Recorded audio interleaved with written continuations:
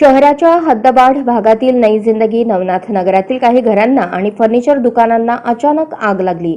सदरची आग मोठ्या प्रमाणात लागल्याने दुकानातील फर्निचर साहित्य तसेच शेळ्या आणि संसार उपयोगी वस्तू आगीच्या भक्ष्यस्थानी पडले।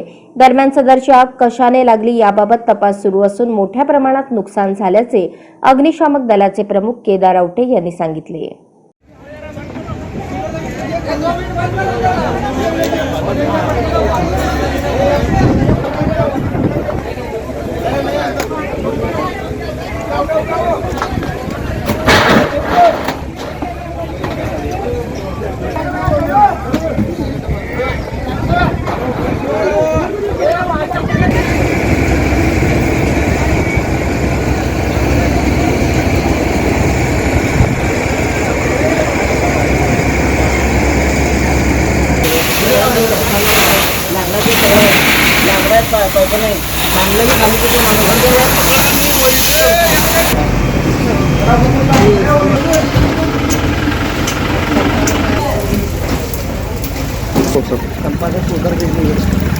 संपादक अंदर क्या अंगार लगी बोलना।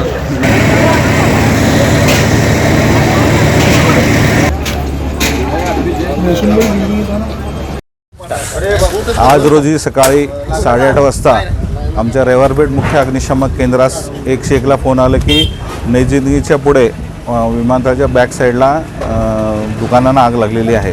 तात्काळ इथे जवळ असलेल्या होटगी रोडची गाडी पहिल्यांदा आम्ही टर्नआउट केली तर त्यांनी सांगितले आग मोठी आहे, इतर गाड्या पाठवून द्या।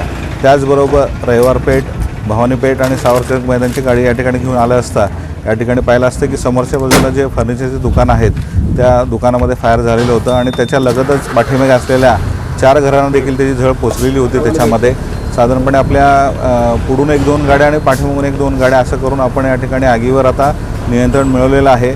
या ठिकाणी एका दुकानामध्ये फर्निचरच्या शेळ्या काहीतरी 2 शेळ्या काय होते त्याच्यामध्ये, परंतु दुकान बंद चावी असल्यामुळे आतमध्ये शेळ्या जी आहेत ते आगीमध्ये मृत्यू पावलेले आहेत त्याच्यामध्ये।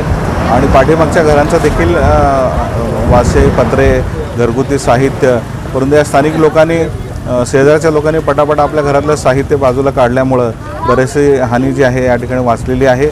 आपण आतापर्यंत जवळपास 10 गाडी पाण्याचा मारा केलेला आहे आणि आग आता पूर्णपणे विझलेली आहे। याच्यामध्ये कुठली जीवितहानी झालेली नाही आहे, परंतु ते 2 का 3 शेळ्या जे आहेत या ठिकाणी ते मेलेले आहेत। बाकी फर्निचरचे दुकान आहे त्याच्यामध्ये, त्या फर्निचर दुकानामुळे समोरच्या बाजूला जे फर्निचर आहे त्या दुकानाला आग लागून पाठीमागच्या घरांना देखील त्याची झळ पोचलेली आहे। आगीचं कारण काय कळलं का? अजून तरी काय अद्याप समजलं नाही आम्हाला। आपण आता पाणी मारून आग विझवण्याचा प्रयत्न करत आहोत, त्याच्यामध्ये आता कंट्रोलमध्ये आहे।